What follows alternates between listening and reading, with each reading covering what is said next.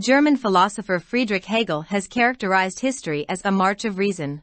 Karl Marx called it a dialectical process, propelled by inherent social contradictions, and Joseph Schumpeter saw it as a creative destruction that replaces obsolescence with innovation. These perspectives have left a considerable impact on much of the world, in particular Western society, politics, and economy. Unfortunately, our state and political grandees have shown little regard for an objective analysis of history, remaining willfully unmindful of its ominous currents. No wonder, even as the state has turned politically toxic, economically crippled, and institutionally deranged, they have shown reluctance to listen to the voice of reason calling for a wide-ranging discourse to forge a new, workable compact to cure the systemic malaise that gives rise to recurring socio-political crises. Resultantly, the authorities, law, institutions, and even morality are losing ground to the forces of anarchy. No more are vision, character, or performance the criteria of leadership. Instead, tribe-like phalanxes of followers and the impact of toxic narratives have become the measure of popularity. Hence, rejecting election results, defying judicial orders, challenging the government's writ, and indulging in all kinds of obscenities in the guise of political rhetoric are the new normal. The age-old tools of democratic politics, discourse, civility, and compromise are becoming redundant as rival politicians fight each other like sworn enemies. If not stopped, the ongoing antagonism may lead to a situation where conflict-resolving institutions, particularly the judiciary, will also become ineffectual, leaving the embattled polity and already comatose economy without political or institutional recourse. All this raises questions about the future of democracy. Unsurprisingly, the doomsayers are already out predicting a soft takeover. But this time, the plan is reportedly laced with a hard objective, an all-round, relentless cleansing of the system. The oracles are, however, silent on the modus operandi and the expected results of such cleansing in a body politic that has already been violently tribalized, with followers, in both camps, blindly bonding with their cultist chiefs ever ready to take on their rivals. Moreover, the visible rise in anti-establishment sentiments could also come in the way of garnering public support for establishment-sponsored accountability. But if the chips are down, would the judiciary sanctify an extra-constitutional setup? And in case the court is packed via a PCO, would the compliant court sustain the massive backlash of the bar, civil society, social media, and political parties? A judicially supported reformist putsch, too, would also be untenable. Accountability, no matter how well-meaning, has historically failed to bear fruit unless a robust legal system is in place to check the excesses of prosecution. Military dictator Pervez Musharraf tried this mode, but failed when a collaborative judiciary couldn't stop witch-hunting in the name of accountability. The age-old tools of democratic politics are becoming redundant. But even though an intervention seems unworkable in the given scenario, the question of how to deal with the continuing systemic failure remains. More so, given the delay in stitching together a deal with the IMF, and the increasing belligerence of the political leadership, which is drawing state institutions into the fray. The answer lies in our own history, and that of other struggling democracies. Historically, the people led by a visionary, sagacious, and selfless leadership have gone back to the drawing board if the existing system reached a plateau. Our case is no different. Parliament stands relegated to a sporadic talk shop. The executive remains subjugated to a dreadfully overbearing establishment, perceived by some to be in cahoots with judicial elements. The judiciary, despite receiving post-18th Amendment boons, has failed on both counts, i.e., constitutional enforcement and institutional performance. Much of the public sector reeks of rank inefficiency and unbounded corruption. The economy is literally on the ventilator, waiting for the IMF to resuscitate it. And even then, the political leadership refuses to rise above their petty personal and party interests, leaving a fragile democracy to fend for itself or wither away. In these circumstances, the only workable and long-term option seems to be the election of a new constituent assembly to review the much-mangled 50-year-old constitution. The new constituent assembly needs to focus on at least the following 8 areas. 1. Remove the age-old civil-military imbalance that has cost us many an elected government, if not democracy, peace, progress, and stability. 2. Introduce an inbuilt constitutional mechanism to eradicate corruption that has become institutionalized and is gnawing on our economy and moral fabric. 3. Reform the electoral system in order to ensure free and fair elections and a peaceful transfer of power. 4. Revisit the laws governing private property, land reforms, and distribution of public wealth, so that the common folk may also receive their due share of national wealth and resources. 5. Dispense with the patently discriminatory and exploitative public policy and laws that allow public lands, urban and agricultural, to be monopolized by a select class of powerful elite comprising feudal, corporate, military, bureaucratic, judicial, media, political and real estate interests, and depriving millions of landless and homeless citizens, including peasants, laborers, and Katchiabadi residents of their rights. 6. As no society can survive, let alone thrive, without justice and equity, our legal system being an extension of an obsolete security-fixated colonial order needs drastic reforms bringing to it more efficiency, agility, and insularity. Particular focus is needed on resetting the rules related to administration, jurisdiction, appointment and accountability in the higher judiciary. 7. Although we are a poor, backward state, it is ironic that we have been involved in virtually every sort of modern warfare, international, regional, internal, overt, covert, hot, cold, proxy, sectarian, ethnic, etc.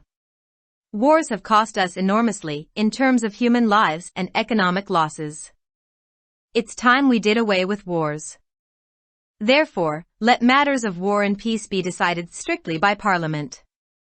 Finally, Pakistan was meant to be a true federal democracy, therefore, it's imperative to further strengthen provincial autonomy, financially, administratively, and politically. Only then will we see light at the end of the dark tunnel. The writer is a lawyer and an academic. Published in Dawn, March 23, 2023.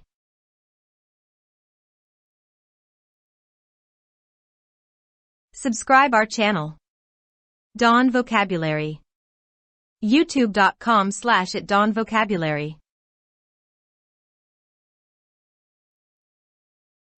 German फ़लसफ़ी Friedrich Hegel ने तारीख़ को अक्ल का मार्च करार दिया है।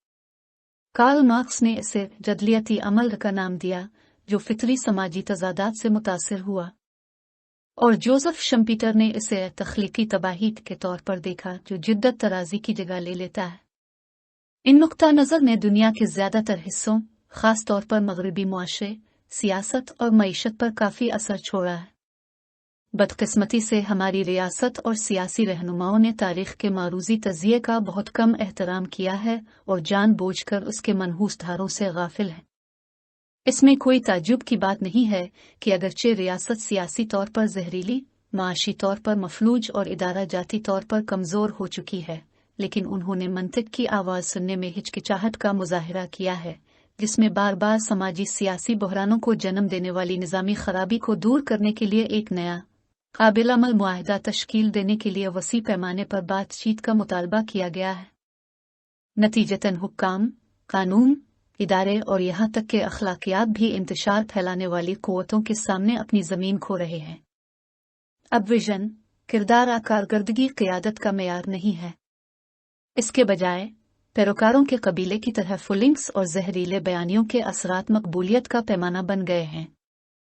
लिहाजा इंतखाबी नताइज को मुस्तरद करना, अदालती अहकामात की खिलाफ वर्जी करना, हुकूमत की रट को चैलेंज करना और सियासी बयानबाजी की आड़ में हर तरह की फहाशी में मुलव्वस होना नया मामूल है। जमहूरी सियासत के सदियों पुराने औजार यानी गुफ्तगू, तहजीब और समझौता बेकार होते जा रहे हैं, क्योंकि हरीफ सियासतदान एक दूसरे से दुश्मनों की तरह लड़ते हैं। अगर जारी दुश्मनी को न रोका गया तो ये एक ऐसी सूरत हाल पैदा हो सकती है जहां तनाज़ात को हल करने वाले इदारे, खास तौर पर अदलिया भी गैर मुअस्सर हो जाएंगे, जिससे बहरान का शिकार सियासत और पहले से ही बहरान ज़दा मईशत सियासी या इदारा जाती सहारा के बगैर रह जाएगी। ये सब जमहूरियत के मुस्तकबिल के बारे में सवालात उठाता है। हैरत की बात यह है कि तबाही फैलाने वाले पहले ही नर्म कब्जे की पेशगोई कर रहे हैं। लेकिन इस बार मुबैना तौर पर यह मंसूबा एक सख्त मकसद के साथ जुड़ा हुआ है, निज़ाम की हमाजिहत, मुसलसल सफाई। ताहम ऑरिकल्स इस तरह के तरीक़ाकार और इस तरह की सफाई के मुतवक्के नताइज के बारे में खामोश हैं, जिसे पहले ही पुरतशद्दुद तौर पर कबायली बना दिया गया है, जिसके पैरोकार दोनों कैंपों में अपने मजहबी सरदारों के साथ अंधाधुंध ताल्लुक रखते हैं और हमेशा अपने हरीफों का मुकाबला करने के लिए तैयार रहते हैं।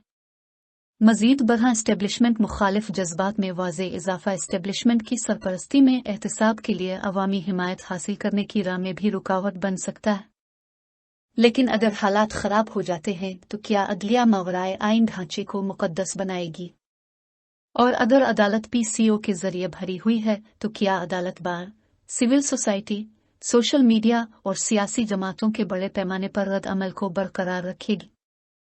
अदालती हिमायत याफ्ता इस्लाह पसंद गिरोह भी नाकाबिल कबूल होगा। एहतसाब चाहे कितना ही अच्छा क्यों न हो, तारीखी तौर पर इस वक्त तक नतीजा खेज साबित नहीं होता जब तक कि इस्तिगासा की ज़्यादतियों को रोकने के लिए एक मजबूत कानूनी निज़ाम मौजूद न हो। फौजी डिक्टेटर परवेज़ मुशर्रफ ने यह तरीका आजमाया लेकिन नाकाम रहे जब एक मुश्तरका अदलिया एहतसाब के नाम पर जादूगरों को पकड़ने से न रोक सकी। जमहूरी सियासत के सदियों पुराने औजार बेकार होते जा रहे हैं। लेकिन अगरचे दिए गए मंजरनामे में मुदाखलत नाकाबिल अमल मालूम होती है, लेकिन यह सवाल बाकी है कि मुसलसल निज़ाम की नाकामी से कैसे निपटा जाए।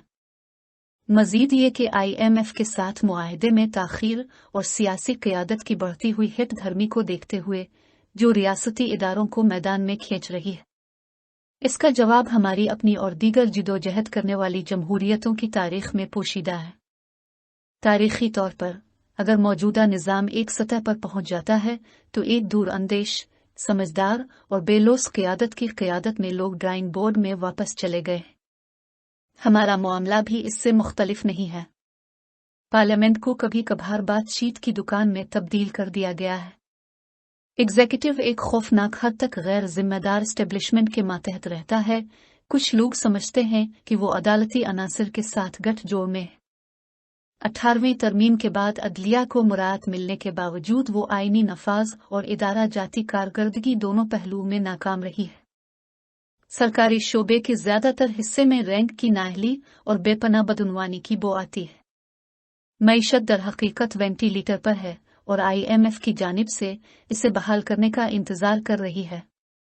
इसके बावजूद सियासी क़यादत अपने छोटे मोटे ज़ाती और जमाती मुफादात से बालातर होने से इनकार कर देती है और एक कमज़ोर जमहूरियत को अपने हाल पर छोड़ देती है या ख़त्म हो जाती है।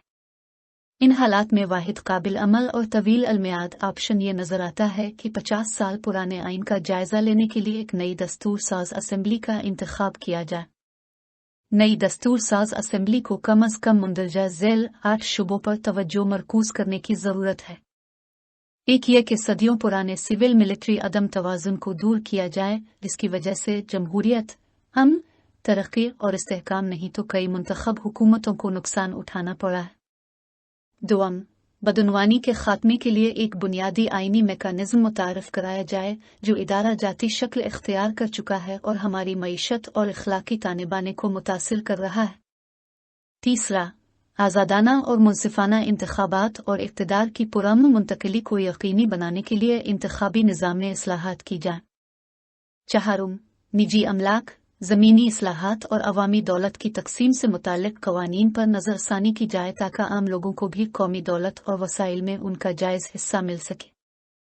पाँचवां, इम्तियाजी और इस्तेहसाली अवामी पॉलिसी और क़वानीन को ख़त्म किया जाए जो अवामी ज़मीनों, शहरी और ज़री को जागीरदाराना, कारपोरेट, फौजी, ब्यूरोक्रेटिक, अदालती, मीडिया, सियासी और रियल स्टेट मुफादात पर मुश्तमिल ताकतवर अशराफिया के मुंतखब तबके की इजारादारी की इजाज़त देता है और लाखों बेज़मीन और बेघर शहरियों बशमूल किसानों, मजदूरों और कच्ची आबादी के रिहायशियों को उनके हुकूक से महरूम करता है। छठा ये कि इंसाफ और मुसावात के बगैर कोई भी मुआशरा जिंदा नहीं रह सकता, इसलिए हमारा कानूनी निज़ाम एक फरसूदा सलामती पर मबनी नौआबादियाती निज़ाम की तौसी है। इसलिए इसमें मज़ीद मुअस्सरीत, तेज़ रफ्तारी और तन्हाई लाने के लिए सख्त इस्लाहात की ज़रूरत है। आला अदलिया में इंतज़ामिया, दायरा इख्तियार, तकर्रुरी और एहतिसाब से मुताल्लिक़ क़वाइद व ज़वाबित को असर व तरतीब देने पर खुसूसी तवज्जो देने की ज़रूरत है। 7वां, अगरचे हम एक गरीब पसमानदा रियासत हैं, लेकिन ये सितम ज़रीफ़ी है कि हम अमली तौर पर हर किस्म की जदीद जंग में मुलव्वस रहे हैं, बैन अल-अक़वामी, इलाकाई, दाखिली, ज़ाहिरी, पोशीदा, गर्म, सर्द, प्राक्सी, फ़िरका वाराना, नस्ली वगैरह।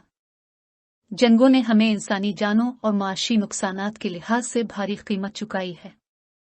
अब वक्त आ गया है कि हम जंगों को ख़त्म कर दें। लिहाजा जंग और अमन के मामलात का फैसला पार्लियामेंट करे। आखिर में पाकिस्तान को एक हकीकी वफाकी जमहूरियत बनना था, लिहाजा सूबाई खुद मुख्तारी को माली, इंतज़ामी और सियासी तौर पर मज़ीद मुस्तहकम करना ज़रूरी है। इसके बाद ही हम तारीख सुरंग के इख्तिताम पर रोशनी देखेंगे। मज़मून निगार एक वकील और माहिर तालीम है। अख़ज़ शुदा बतारीख 30 मार्च 2023।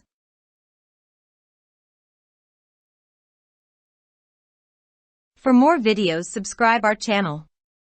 Dawn Vocabulary. YouTube.com/@dawnvocabulary. Like, subscribe, share and comments.